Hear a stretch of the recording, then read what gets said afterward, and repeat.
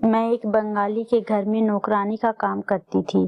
میرا بنگالی مالک مجھے ہر روز خاص قسم کی مچھلی کھانے کو دیتا اور کہتا کہ اس مچھلی کو کھانے سے خوبصورتی اور طاقت بڑھ جاتی ہے۔ میں جب مچھلی کھاتی تو مچھلی کی طرح جھڑپٹاتی اور بے ہوش ہو جاتی۔ صبح جب میں آنکھ کھولتی تو مجھے عجیب محسوس ہوتا۔ ایک دن مالک نے جب وہ مچھلی کھانے کو دی تو میں نے مچھلی پھینک دی اور مالک سے کہہ دیا کہ میں نے مچھلی کھا لی ہے، اور میں بے ہوش ہونے کا ناٹک کرنے لگی۔ کچھ دیر بعد میرا بنگالی مالک میرے کمرے میں آیا اور میرا دوپٹہ میرے چہرے سے ہٹایا۔ پھر اس نے اناتھ آشرم میں مجھے ایک عورت ملی اور اس نے میرا ہاتھ دیکھتے ہی کہا، تم بہت ہی جلد امیر بننے والی ہو اور ایک محل میں رانی بن کر رہو گی۔ یہ سن کر میں ہنسنے لگی کیونکہ میں تو ایک بے سہارا اور لاوارث تھی۔ میں بھلا امیر کیسے بن سکتی تھی؟ مگر اس عورت کو بہت امید تھی۔ وہ عورت بھی اناتھ آشرم میں ہمارے ساتھ رہتی تھی اور اس کا بھی اس دنیا میں کوئی نہیں تھا۔ اس نے مجھے اپنے پاس بلا کر ایک کاغذ دیا اور کہا، آج رات ایک آدمی آئے گا تو اسے یہ کاغذ دکھا دینا اور وہ آدمی تمہارے بنگلہ دیش جانے کے سارے انتظام کر لے گا۔ یہ سن کر میں ہکا بکا رہ گئی۔ میں اس عورت سے سوال بھی کرنا چاہتی تھی لیکن وہ جا کر اپنے بستر پر لیٹ گئی اور دوبارہ نہیں اٹھی۔ وہ عورت ایسی ہی عجیب و غریب تھی۔ وہ لوگوں کو دیکھ کر اس کی قسمت کا حال بتا دیا کرتی۔ کچھ لوگوں کو اس کی بات پر یقین ہی نہ ہوتا تھا، مگر کچھ لوگ اس کی باتیں سن کر ہنسنے لگتے تھے کیونکہ لوگ اسے پاگل کہتے تھے۔ اناتھ آشرم میں شام ہوئی تو میں نے سوچا کہ باہر جا کر اس آدمی کی تلاش کروں، کہیں اس عورت نے مجھے بیوقوف تو نہیں بنایا۔ اسی سمے میری دوست میرے پاس آئی اور کہنے لگی کہ جانتی ہو، اس آشرم میں ایک امیر آدمی آیا ہے۔ جو بھی لڑکی اس سے ملنے جاتی ہے اسے وہ پیسہ دیتا ہے۔ یہ سن کر میں نے اپنی قسمت آزمانے کا سوچا۔ میں باہر آدمی کو تلاش کر کے اس کے سامنے جا کر کھڑی ہو گئی۔ اس نے مجھ سے پوچھا کہ تمہارا نام کیا ہے؟ میں نے کہا کہ میرا نام ندھی ہے۔ یہ سن کر وہ آدمی مجھ پر ترس کھا کر پیسے دینے لگا، مگر میں نے اپنی مٹھی میں چھپایا ہوا وہ کاغذ اسے دکھایا۔ اس نے کاغذ پڑھا اور اس کے چہرے کی رنگت بدل گئی۔ پھر وہ آدمی بنا کچھ کہے وہاں سے چلا گیا۔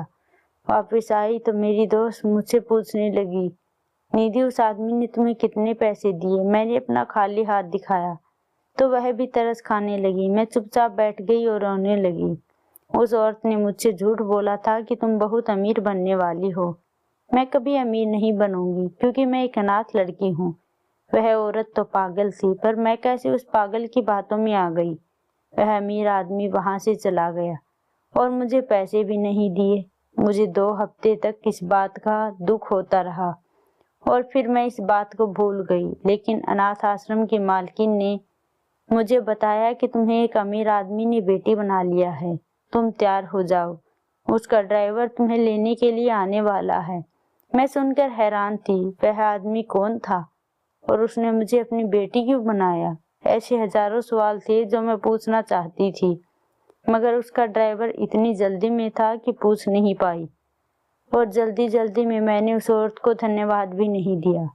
اس ڈرائیور نے ایک عالیشان بنگلے کے سامنے گاڑی روک دی اور کہنے لگا کہ اس کے اندر چلی جاؤ، مجھے اندر جانے کی اجازت نہیں ہے۔ یہ سن کر میں بہت ڈر گئی تھی، مگر مجھے اندر جانے کی جلدی بھی تھی۔ میں دیکھنا چاہتی تھی کہ وہ کون ہے جس نے مجھے اپنی بیٹی بنا لیا ہے، مگر میں اندر آئی تو اسے دیکھ کر چونک گئی۔ یہ وہی آدمی تھا جو اناتھ آشرم میں آیا تھا، جس کے ہاتھ میں نے وہ کاغذ دیا تھا۔ اس آدمی نے مجھے دیکھ کر کہا کہ میں نے اناتھ آشرم والوں سے جھوٹ بولا تھا، میں تمہیں یہاں اپنی بیٹی بنانے کے لیے نہیں لایا تھا۔ اس آدمی کی باتیں سن کر مجھے ڈر لگنے لگا۔ ایسے لگتا تھا کہ جیسے میں اس گھر میں اس آدمی کے سوائے کوئی اور نہیں رہتا۔ میرا دل کیا کہ میں یہاں سے بھاگ جاؤں، مگر اس آدمی نے میرا ہاتھ پکڑا اور کہا کہ اب تم یہاں سے نہیں جا سکتی، تمہیں بنگلہ دیش جانا ہوگا۔ میں نے تمہارے بنگلہ دیش جانے کے سارے انتظام کر دیے ہیں۔ یہ سن کر کہنے لگی کہ میں بنگلہ دیش کیوں جاؤں؟ وہاں میرا کون ہے؟ یہ سن کر وہ آدمی کہنے لگا کہ بنگلہ دیش جا کر تمہیں محنت مزدوری کرنی ہوگی میں نے وہاں تمہارے لیے ایک جگہ تلاش کر دی ہے۔ یہ سن کر میں بہت مایوس ہو گئی۔ مجھے لگا کہ وہ مجھے اپنی بیٹی بنا کر لایا ہے، مگر اس آدمی نے تو میرے لیے ایک اور ہی پلان بنایا ہوا تھا، اور شاید اس نے مجھے بیچ دیا تھا۔ میرا دل کیا کہ میں اس اناتھ آشرم جاؤں اور اس عورت سے پوچھوں کہ تم نے تو مجھے کہا تھا کہ میں امیر بنوں گی، مگر یہ کیا، میں تو کسی کی نوکرانی بن رہی ہوں۔ وہ عورت پاگل تھی، میں کیسے اس کی باتوں میں آ گئی؟ یہ سوچ کر میں اور بھی رونے لگی۔ اب میں اس اناتھ آشرم سے نکل چکی تھی۔ یہ جواب اب کیسے لیتی؟ اس آدمی نے میرا ویزا اور ٹکٹ دیا اور کہا کہ تمہیں ڈرائیور ایئرپورٹ پر چھوڑ آئے گا اور تم بنگلہ دیش چلی جاؤ گی۔ وہاں تمہارا مالک تمہیں اپنے گھر لے جائے گا۔ یہ سننے کے بعد میں اس گھر سے نکل آئی اور پھر بنگلہ دیش پہنچ گئی، جہاں مجھے اپنے مالک کے گھر کام کرنا تھا۔ وہ مالک، جس کا نام سیم تھا، اپنے گھر میں بالکل اکیلے رہتے تھے۔ اس نے مجھے بتایا کہ اس کی بیوی مر چکی ہے، اب وہ بالکل اکیلا ہے۔ وہ صبح صبح کام پر چلا جاتا۔ میرا مالک مچھلی کا کاروبار کرتا تھا اور اس کا کاروبار بہت ترقی کر رہا تھا، اس لیے اس کو گھر کے کام کاج کے لیے ایک نوکرانی کی ضرورت تھی۔ میں کام کرنا چاہتی تھی، مگر یہ سن کر گھبرا گئی کہ مالک اور مجھے اس گھر میں اکیلے ہی رہنا ہے، لیکن اب واپس نہیں جا سکتی تھی کیونکہ میرے پاس ٹکٹ کے پیسے نہیں تھے۔ میں نے سوچا کہ تب تک یہاں کام کر لیتی ہوں، جب میرے پاس پیسے جمع ہو جائیں گے تو میں واپس اپنے آشرم چلی جاؤں گی۔ تب تک میں مالک کے گھر نوکرانی بن کر رہنے لگی۔ مالک مچھلی کا کاروبار کرتا تھا، اس لیے وہ صبح سویرے دریا پر چلا جاتا تھا اور گھر کے سارے کام میں کر لیا کرتی تھی۔ مگر ایک دن مالک نے گھر پر مچھلیوں کا پورا کٹورا بھر دیا اور مجھ سے کہا کہ مچھلیوں کو صاف کر کے رکھو۔ میں نے کبھی مچھلیوں کو ہاتھ نہیں لگایا تھا، مجھے مری ہوئی مچھلیوں سے بھی ڈر لگتا تھا، اس لیے میں نے اس کام میں کئی گھنٹے لگا دیے۔ مالک گھر آیا تو غصہ کرنے لگا، کہنے لگا تم بہت سست نوکرانی ہو، تم سے کوئی بھی کام جلدی نہیں ہوتا۔ یہ سن کر میں اپنے کمرے میں آ گئی اور رونے لگی۔ آج اگر میرے ماں باپ زندہ ہوتے تو میں یوں کسی کے گھر نوکرانی بن کر کام نہیں کرتی۔ میں روتی روتی اپنے ماں باپ کو یاد کرنے لگی، پھر سوچنے لگی کہ کاش میں بنگلہ دیش نہ آئی ہوتی۔ مجھے اس عورت پر غصہ آنے لگا جس نے میرا ہاتھ دیکھ کر کہا تھا کہ تم جلدی امیر بننے والی ہو اور تم ایک محل میں رانی بن کر رہو گی، لیکن میں تو نوکرانی ہی رہوں گی۔ وہ عورت تو پاگل تھی اور میں کیسے اس کی باتوں میں آ گئی۔ میں زور زور سے رونے لگی۔ اتنے میں دروازے پر کھٹکھٹانے کی آواز آئی۔ میں نے جا کر دروازہ کھولا تو مالک کھانے کا برتن لے کر میرے کمرے میں آ گئی اور مجھ سے کہنے لگے مجھے معاف کر دو، مجھے تم پر غصہ کرنے کا کوئی حق نہیں تھا۔ مالک کی بات سن کر میں نے اپنے آنسو صاف کر لیے۔ کوئی بھی مالک ایسا نہیں کر سکتا تھا۔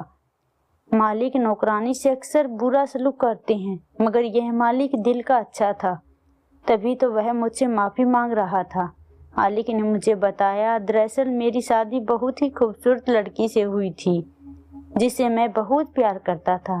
ہم دونوں شادی کے ساتھ بہت خوش تھے اور دونوں مل جل کر کام کرتے تھے۔ میری بیوی مچھلیاں پکڑنے کے لیے میرے ساتھ جاتی تھی۔ ایک دن ہم دونوں مچھلیاں پکڑ رہے تھے، وہ بہت خوش تھی۔ اس دن ڈاکٹر نے اسے ماں بننے کی خوشخبری سنائی تھی، اس لیے وہ مچھلیاں پکڑتے ہوئے ہنس رہی تھی اور بہت ہی پیاری لگ رہی تھی۔ پھر پیر پھسلا اور گہرے پانی میں جا گری۔ میں نے اسے بچانے کی بہت کوشش کی، مگر پانی کا بہاؤ اتنا تیز تھا کہ اسے بہا کر لے گیا۔ میں اپنی بیوی کی شکل تک نہ دیکھ سکا۔ یہ کہہ کر مالک زور زور سے رونے لگا۔ شاید اسے اپنی بیوی سے بہت پیار تھا۔ میں نے ان سے کہا کہ آپ کی بیوی مر گئی تھی یا زندہ تھی؟ یہ مجھے نہیں معلوم۔ میں نے اسے ڈھونڈنے کی بہت کوشش کی، لیکن وہ نہیں ملی۔ مالک کی دکھ بھری باتیں سن کر میں اداس ہو گئی۔ پھر مالک نے کہا کہ جب سے میری پتنی گئی ہے تب سے میرا سوبھاؤ چڑچڑا ہو گیا، اس لیے میرے گھر میں کوئی بھی نوکرانی زیادہ دنوں تک نہیں ٹک سکتی۔ پھر مالک نے میرے سامنے ایک مچھلی رکھی اور کہنے لگا اسی لیے میں نے دوسرے دیش سے نوکرانی منگوائی ہے، پلیز تم میرا گھر چھوڑ کر مت جانا۔ میں مالک کی باتوں پر خاموش تھی اور اس کی دی ہوئی مچھلیاں کھانے لگی۔ مالک میری طرف دیکھ کر مسکرائے اور کہنے لگی کہ یہ مچھلیاں دریا میں بہت کم ہوتی ہیں،